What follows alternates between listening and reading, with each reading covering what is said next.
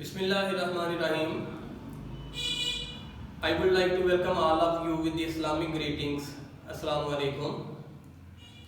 Today I am going to record this lecture on the demand of a special person, Mr. Ahmad Sheikh Muhammad from Ethiopia, who requested me to record my lecture in English language.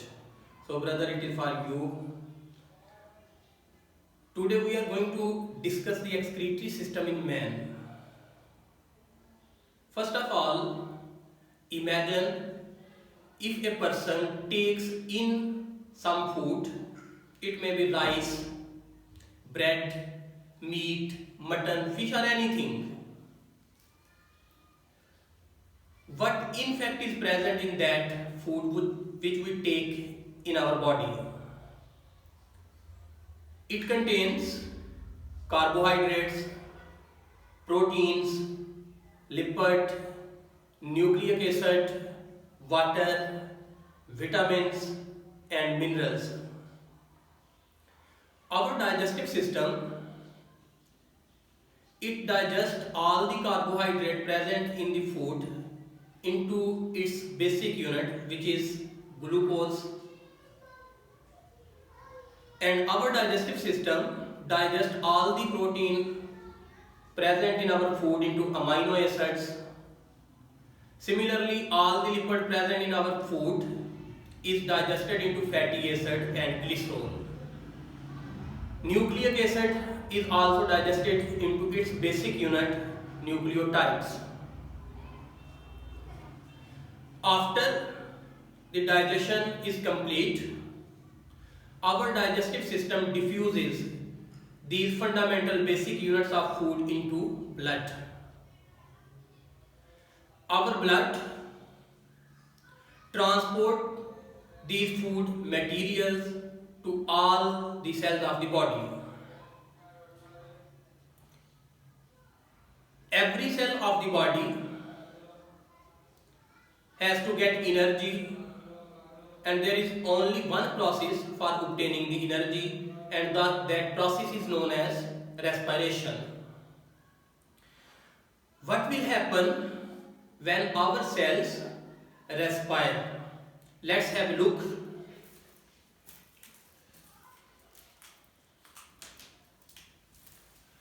If carbohydrates are respired in the body,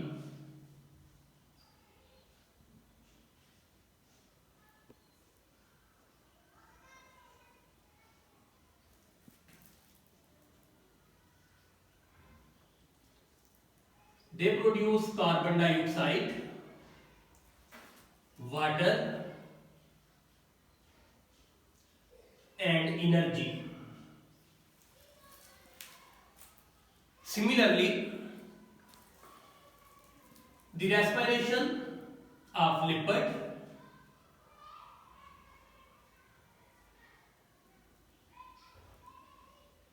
also produce carbon dioxide, water and energy. But when the cells of the body respire proteins,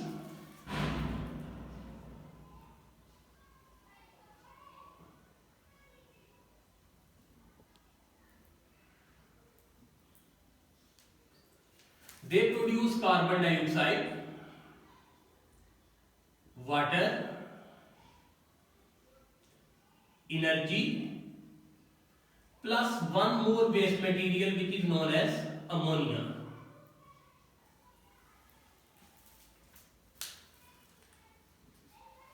This ammonia comes from the deamination of amino acid. Remember one thing, the removal of amino group from the amino acid is known as deamination.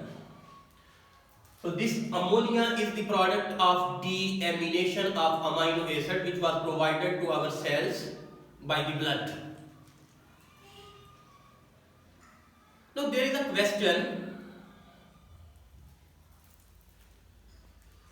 Our cells, they do not need this ammonia. It is a waste product. Our cells have to get rid of this ammonia at any cost. What our cells can do for this purpose? The simple answer to this question is that our cells will deliver this ammonia to blood. What the blood will have to do? He has to eliminate this ammonia out of the body. If we are not able to expel this ammonia out of our body, its level will rise in the blood. If its level is increased, it is very toxic for our body. It may result in convulsion or coma or death.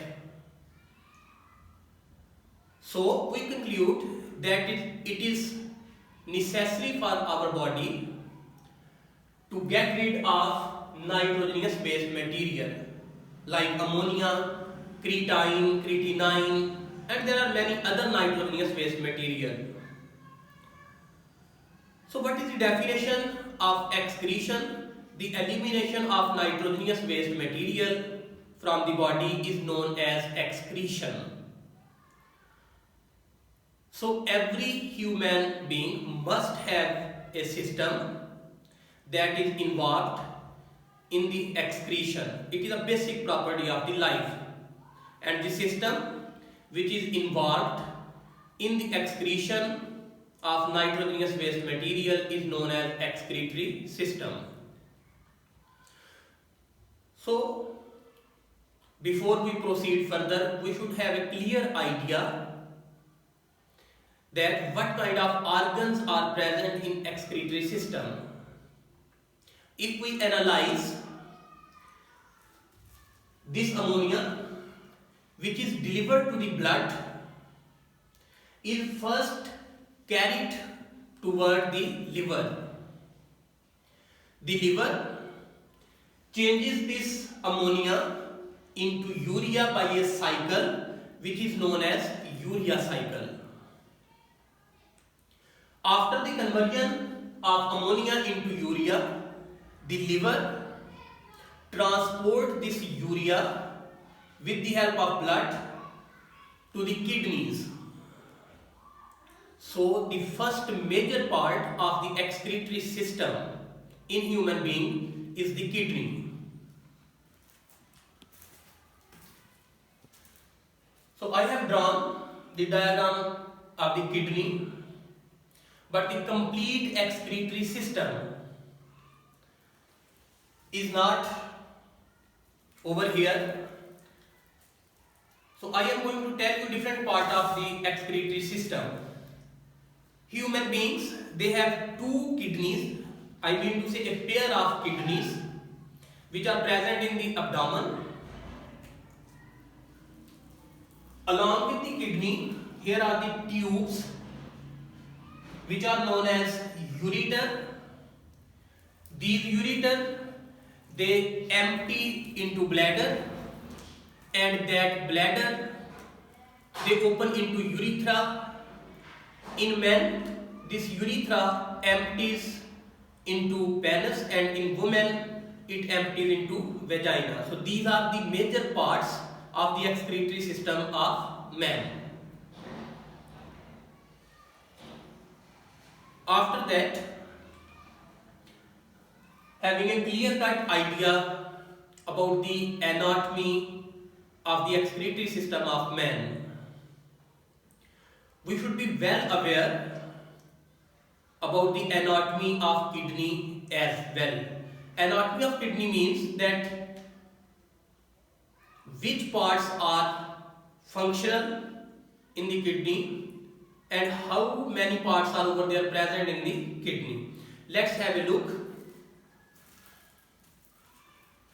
The outermost boundary of the kidney is known as capsule.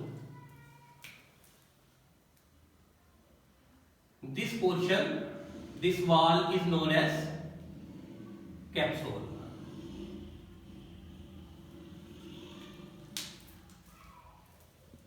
This wall protects all the material which is present inside the kidney.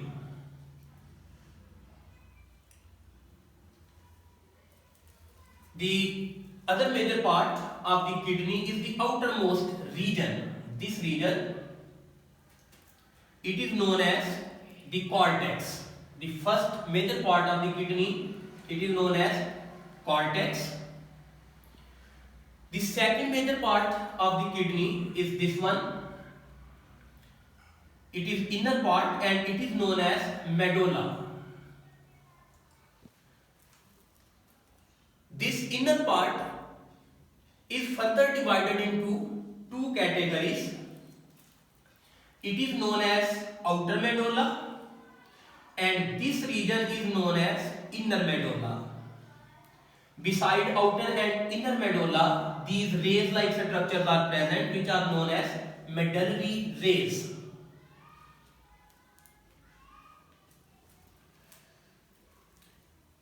In the depth of the medulla, these dark region, they are known as papilla.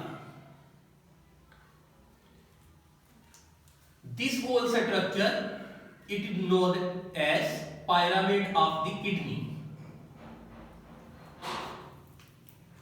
Besides these pyramids, other part of the kidney is minor calyx. These parts of the kidney, they are known as minor calyx. And the part of the kidney where all the minor calyx combine with each other, this region, it is known as major calyx.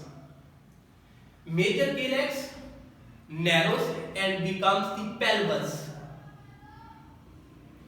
The pelvis is reduced in the diameter when it leaves the kidney and it becomes ureter. This portion is known as ureter. Beside this ureter, there is a blood vessel which transports the blood inside the kidney. That blood vessel is known as renal artery. There is another blood vessel which transports the blood from the kidney toward the heart and it is known as renal vein.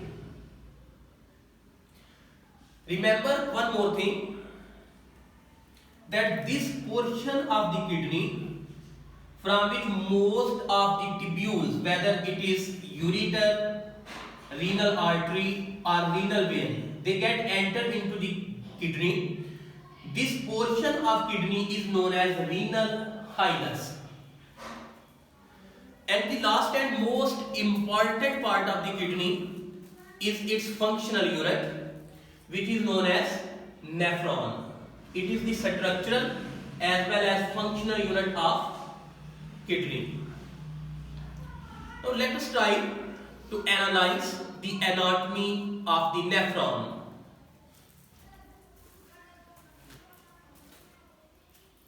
Remember one thing, I have written the functional unit of the kidney.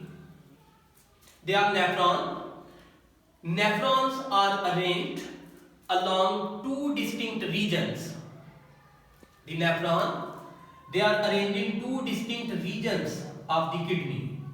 Some are present in the cortex, while some are present in the medulla. Nephrons, which are arranged along the cortex, are called cortical nephrons. If we magnify this part of kidney, we will see the structure in a magnified form like this. This area, it represents the cortex of the kidney, and this area is known as the medulla of the kidney. So these nephrons which are present along the cortex of the kidney, they are known as cortical nephrons.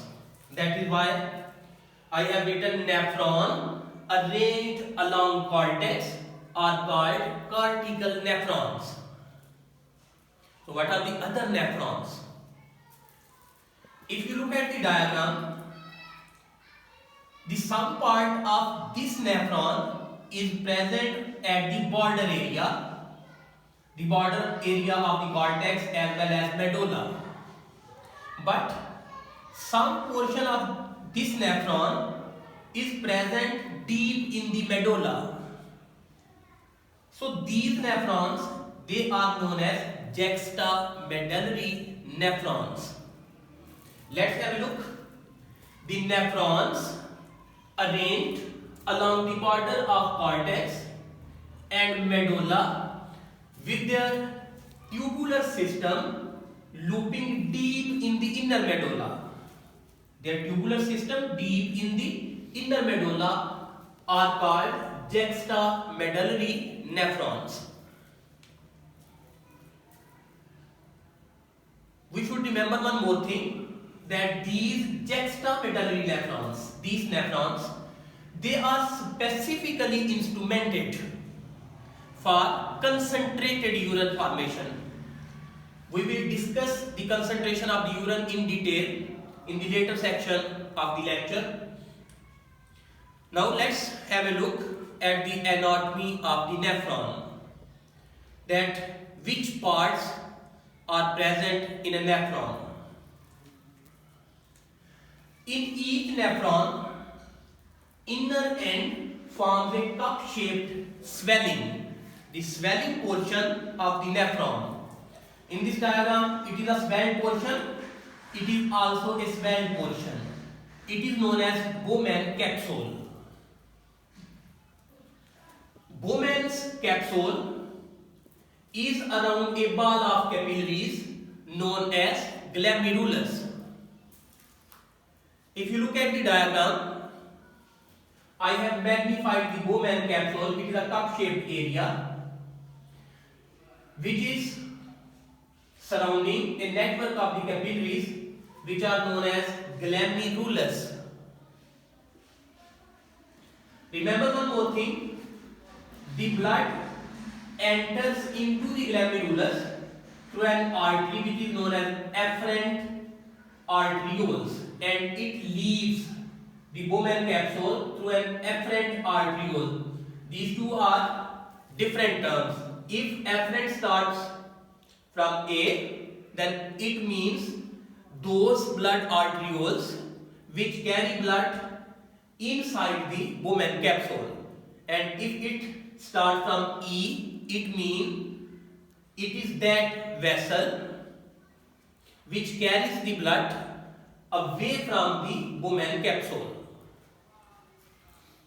That is why I have written blood enter the glomerulus by afferent arterioles and blood leave the glomerulus by afferent arterioles. So up to now we have studied four major parts: the Bowman capsule, the glomerulus, afferent arteriole and afferent arterioles. Remember one more thing, blood vessel subdivides again into another network around proximal tubule. This part of the nephron away from the Bowman capsule, which is convoluted, it is known as proximal convoluted tubule. Then a U-shaped structure of nephron is present which is known as loop of Henle. The first portion of the loop of Henle is known as descending loop of Henle, whereas the other portion of the nephron is known as ascending loop of Henle. Then the last portion of the nephron is again convoluted. It is known as distal convoluted tubule. So the afferent arteriole which leaves the Bowman capsule, it forms an other network of capillaries around proximal tubule as well as distal tubule, and this network of capillary is known as peritubular capillaries. There is an other network of capillaries surrounds the loop of Henle and it is known as vasa recta. Let's have a look. Blood vessels subdivide again into another network around proximal tubule and distal tubule and is called peritubular capillaries. So capillaries which are present around proximal tubule as well as distal tubule, they are known as peritubular capillaries. The network of capillaries around the loop of Henle is called vasa recta. So the network of capillary around this portion, it will be known as vasa recta. The Bowman capsules continues as extensively convoluted proximal tubule. This portion which is convoluted, it is known as proximal convoluted tubule. Then descending loop of Henle. Then ascending loop of Henle. This portion is ascending loop of Henle. And at the end, distal convoluted tubule. Distal tubule opens up into collecting duct. This distal convoluted tubule and this distal convoluted tubule, they empty their material into a common duct which is known as collecting duct. This duct is known as collecting duct. Collecting duct empties into minor calyx. This collecting duct, and there are many collecting ducts like this collecting duct, they are present in this medullary region. They will empty into these minor calyx. These minor calyx, they send or transport their material into major calyx. Then from major calyx they are transported into pelvis. Then from pelvis into ureter, and from ureter into bladder, from bladder into urethra, and from urethra into penis in male and vagina in female, and from there it is transported outside the body. Now, after having a little bit knowledge about the anatomy of kidney and nephron, we will discuss the physiology, the functions of nephron and the kidney.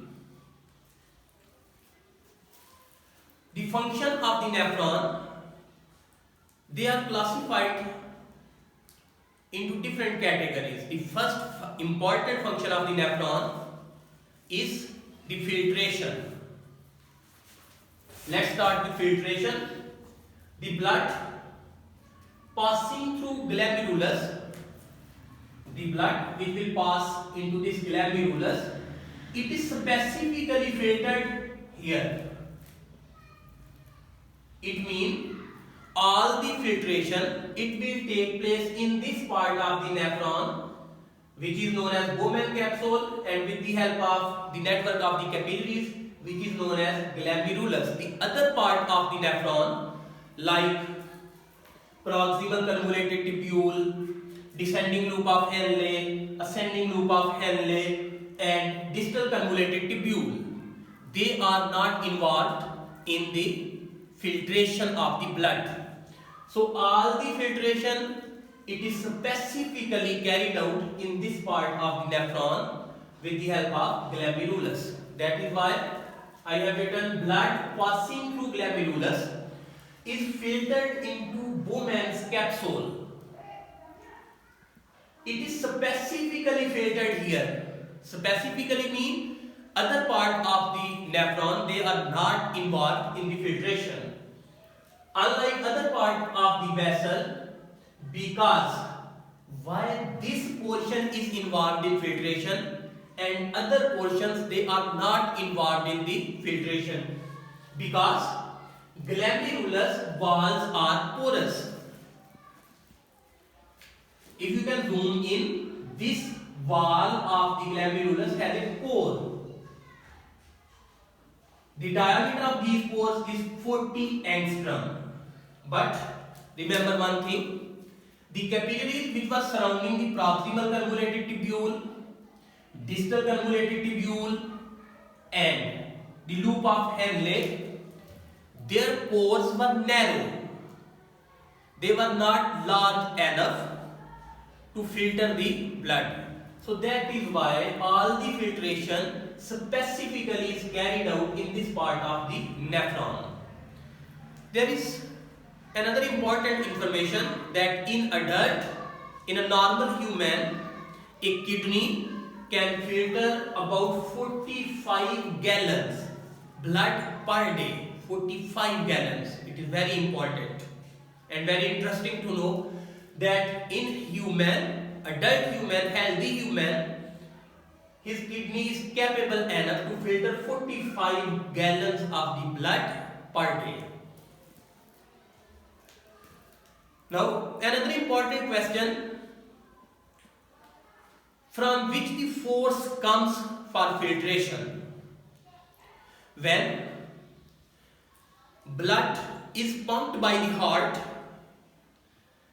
it has a little bit pressure, which is known as blood pressure. It is reduced many times, the blood pressure is reduced many times when it approaches to glomerulus or Bowman capsule. As we know that pressure is equal to force per unit area. So pressure of the blood exert a force on the walls of the glomerular capillaries, which filter the blood and send it into Bowman capsule. It is known as glomerular filtrate. The material which is now present in Bowman capsule, it is known as glomerular filtrate, for which the force was being provided by blood pressure. Fraction of the blood pressure reaching here provides the filtration pressure. Filtrate appearing in Bowman capsule, the filtrate that has appeared over here, it is known as glomerular filtrate. That is written glomerular filtrate. There is another important information that this filtrate, it not only contains nitrogenous based material like urea, but it also contains many useful material like glucose, amino acid, fatty acid, glycerol, sodium ion, potassium ion, calcium ion, magnesium ion, and there are many other useful material which are being filtered along with nitrogenous based material. So our body cannot afford to eliminate all the useful material. So at any cost, the next portion of nephron must be able to reabsorb these useful materials. Glomerular filtrate contain waste material like urea and useful material like glucose, amino acid, fatty acid, glycerol, electrolyte in aqueous solution. So as I told you earlier, our excretory system or the next part of the nephron, which are proximal convoluted tubule, loop of Henle or distal tubule, it should be capable to reabsorb all the useful material from this filtrate. So the next important function of the nephron is the reabsorption. So all the useful constituent of the glomerular filtrate, they are reabsorbed in proximal tubule, not 100% but almost 100%. They are absorbed back into the blood from this portion of the nephron into the peritapular capillaries. So let's have a look that which material is reabsorbed and how much it is reabsorbed. If we talk about the glucose, it is 100% reabsorbed by proximal convoluted tubule. If we talk about the amino acid, It is also 100% reabsorbed by proximal tubule. If we talk about sodium, potassium, phosphate and calcium ions, they are reabsorbed 70%. If we talk about magnesium, it is reabsorbed around about 30%. If we talk about water, it is reabsorbed around about 70%, but it can reabsorb much more water, which may be 80 or 90% depending upon the need of the body.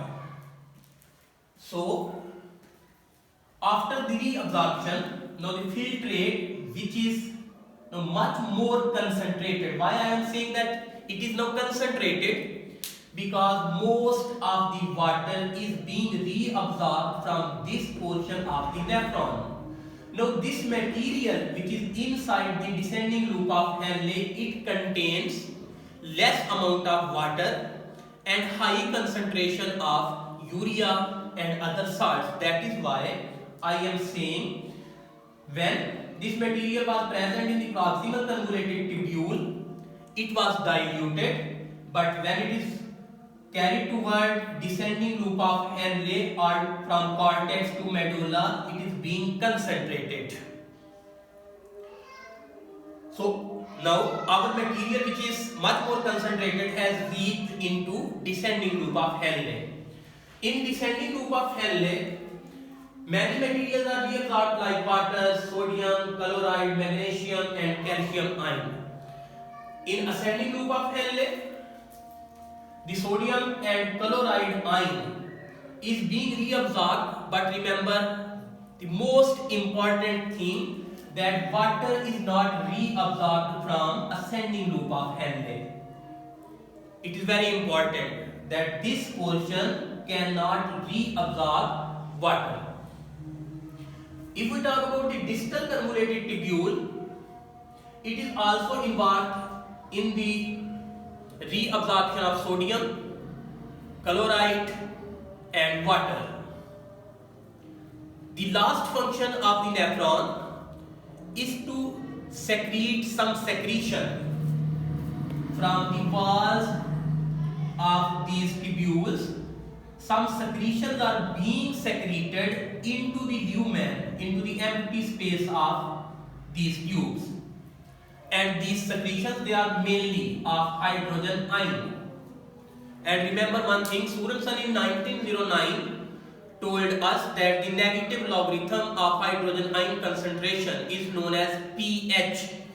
So this hydrogen ion, which was being produced by the walls of these tubules and transported into the lumen, is responsible in order to adjust the pH of the urine. That was the physiology of the nephron as well as the kidney. In the next lecture, we will be discussing, inshallah, the concentration of the urine, how it is controlled by different type of hormones and how our brain controls the reabsorption and many other factors. Till then, Allah Hafiz. Thank you very much.